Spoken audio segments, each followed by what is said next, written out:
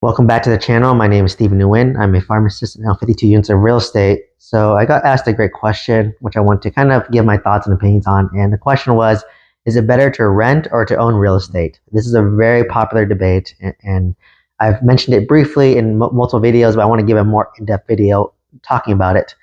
So to me, when people ask me, is it better to own real estate or to rent? The answer is it really depends, right? It depends where you live. So for me, I live in California. I grew up in the Bay Area.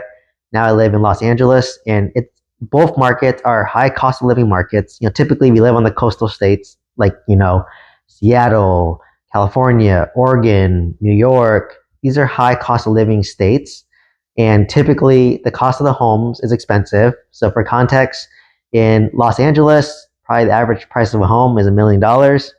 San Diego, it's probably like 1.5. The Bay Area, it's probably $2 million.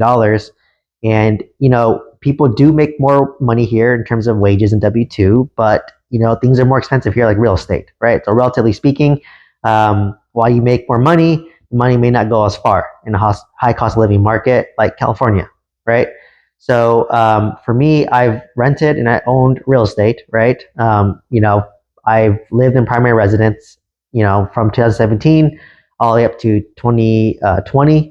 And then in 2020 to, I think just most recently in 2024, I've been renting. And then now I live in a primary residence, right? So I've kind of done all the above in many different areas in basically California. I've rented I lived in a primary residence in San Francisco, Livermore. I rented in Orange County, Santa Monica, and now I own a primary residence in Los Angeles, right? So, what you have to really do is look at, okay, how much is the cost of the home and how much down payment do you have, right? So, for example, if in Los Angeles, if the average home is $1 million, and let's just say for simplicity, you want to do 20% down or 10% down, so you need $100,000, $200,000 down just to get you started, right? And keep in mind, like $1 million might get you a fixer-upper, here in California. But let's just make it for simplicity. You're getting a new home, like mine, right? I bought a new build townhome for $900K. I put in, 5% down because I'm cash poor right now, and then my monthly all-in payment. So this is including my mortgage, interest, property tax, insurance, HOA, utilities, all that stuff. I'm roughly all in for $7,500 a month, right? And if I look at the average rent for, let's say, a one-bedroom apartment in Los Angeles, it's roughly about $2,500. And if you factor in utilities and internet, maybe you're paying $2,600, right? So for simplicity, let's just make it $2,500 is the average for one bedroom. And then for a mortgage for a 3-bedroom townhouse, it's $7,500, right? And I know it's kind of a bad comparison, but that's what I went from, right? I basically went from like a studio, which I was paying like $2,500 to live in, and now I'm 3xing that and living in a 3-bedroom townhouse. And if you were to get a 3-bedroom rental, I would say it's probably maybe around $3,500 to $4,000, right? So maybe that's a more fair comparison, but let's just say $4,000 for simplicity versus $7,500, right? So it's $3,500 more to own a home versus rent.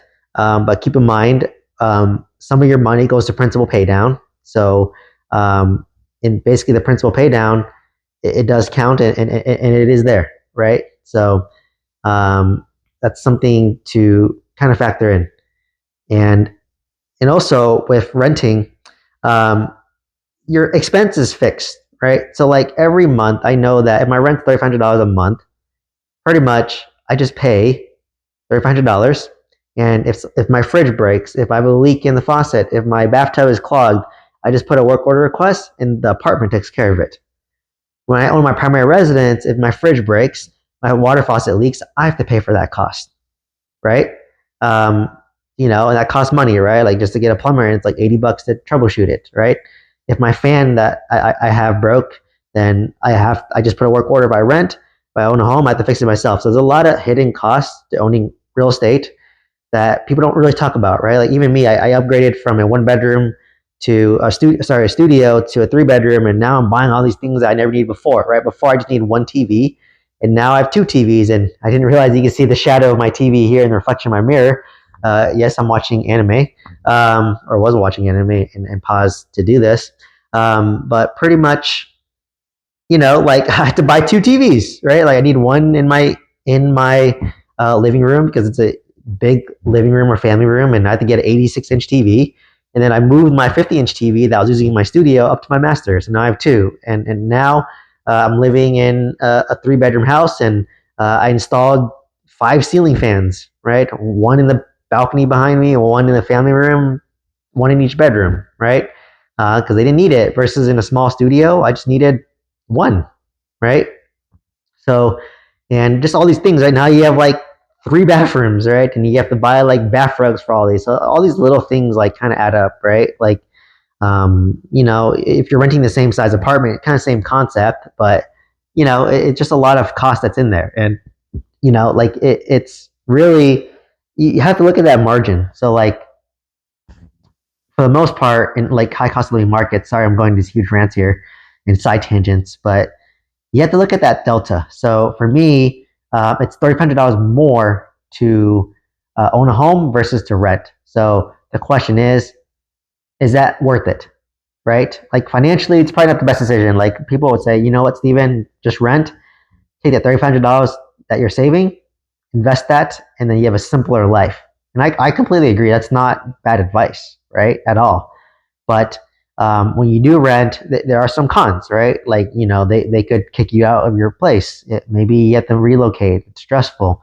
Um, you're at the mercy of your landlord. Hopefully they're a good landlord and they take care of the property. If you're renting an apartment, you have to deal with maybe noisy neighbors or there's transients, right? So people live there for a year, or, you're next to people who party or blast music. Versus homeowners, you can still have the same thing, right? That's possible. But typically, homeowners are going to be more family oriented, with kids, young kids, family, and they just want to have a house to call their home, right? So it goes both ways. So you really have to make that analysis. Like when you do buy a primary residence in a high cost living market, um, it's not going to be a great financial decision, but it's more of a personal decision for yourself, right? And make sure you can afford it. Like make sure you can afford $700 a month, for example, and then make sure that you're going to be there, living there for at least 5 to 10 years, right? Because the longer you live there, increases your chance of making money on the property. Versus if you're only going to live there for like a year or two and sell it, it's not worth it. You're better off just renting, right? So you have to look at your situation. Is your job stable? Are you in a good location that you want to be at long term?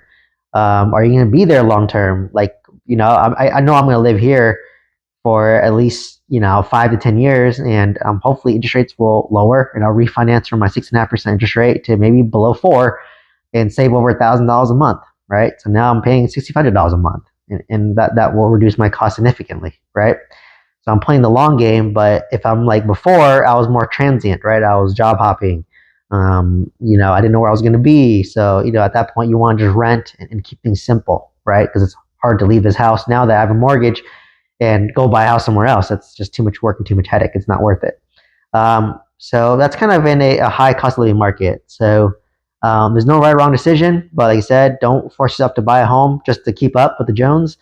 Buy a home when it makes sense, right? Like I was worth what, $5-6 million, and I was renting, right? There's nothing wrong with that because it made sense for me at the time because I didn't know where I was going to end up job wise because I was applying for multiple jobs. But now that I got a stable job in a good location, it made sense for me to get a mortgage, right? And I just got engaged and planning a wedding, and this house is a good location for me, my fiance, right? So it makes sense. But before that, once my job situation was up in the air, I was like, you know what, doesn't make sense. I just want to rent. Keep it simple. I can be nimble and move around easily, right?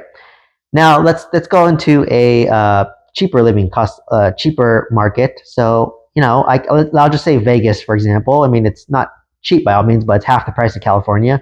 Average price of a home is $500,000, and pharmacists make the same amount of money, right? So if I'm making, let's say, $60 an hour in California, and the average house is $1 million, your $60 an hour doesn't go as far. Versus I make $60 an hour in Vegas, where a house is $500,000, your $60 per hour salary goes a lot further, right? So let's just say I was there. In that case, you just will do the analysis again. Okay, look at your rent. How much is your rent? How much is your mortgage? Look at that delta. Is it worth it? right? If the delta is only like maybe $1,000, or shoot, maybe it's better to own the home, right? And if you're gonna be there long term, but the delta is, maybe $2,000-3,000 more. You really have to have a conversation and be like, is it worth it, right? Is it worth it to own this home?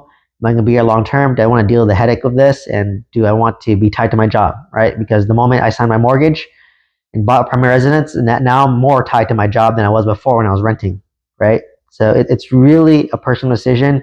And for the past 4 years, it made more sense for me to rent, and I did invest the difference. Like when I was renting, it was funny. I was literally renting a studio, and I was like buying a 26 unit apartment complex, a 20 unit apartment complex, and a mobile home park.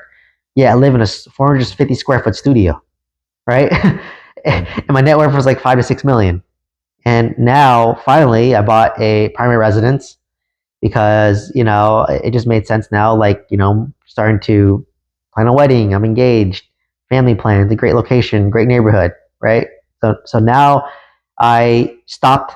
I was buying, renting, investing the difference. Now I'm allocating more money to my primary residence, have less to invest, and that's okay, right? Because I've already bought a lot of assets. So you have to balance, buying real estate and enjoying your life, right? It's really a personal decision, and some people don't even care to scale a real estate portfolio, right? For me, I wanted to scale a real estate portfolio, and then once it made sense to buy primary residence for myself, for me to live in, and for me to enjoy. So hopefully, this kind of gave you some insight. And I went all over the place as always when I talk off my mind about is it worth it to rent versus to own a home? And the answer is it depends on your situation, and you have to do that analysis, right? So really sit down, really reflect, and ask yourself which one makes sense. If it was me, I would write, okay, the pros and cons of renting, pros and cons of owning a home. Does it make sense, right? And sit down and talk with your significant other, your spouse, to see if it makes sense, right? And whatever decision you make, don't beat yourself up on it. Just stick with it and go with it, right? If you're choosing to buy, so be it. That's fine. Don't kick yourself in the foot that you're not investing more in real estate, right? If you choose to rent, don't kick yourself in the foot that you don't own a home. It's your decision, and it makes sense for you at this time, then go for it, and it's okay. So, once again, if you're interested in scaling a real estate portfolio, check out my mentorship program. Please like, comment, subscribe. Please let me know if you have any comments or questions below. And please share this video with somebody who could benefit from this. I hope to see you next one. Thank you so much.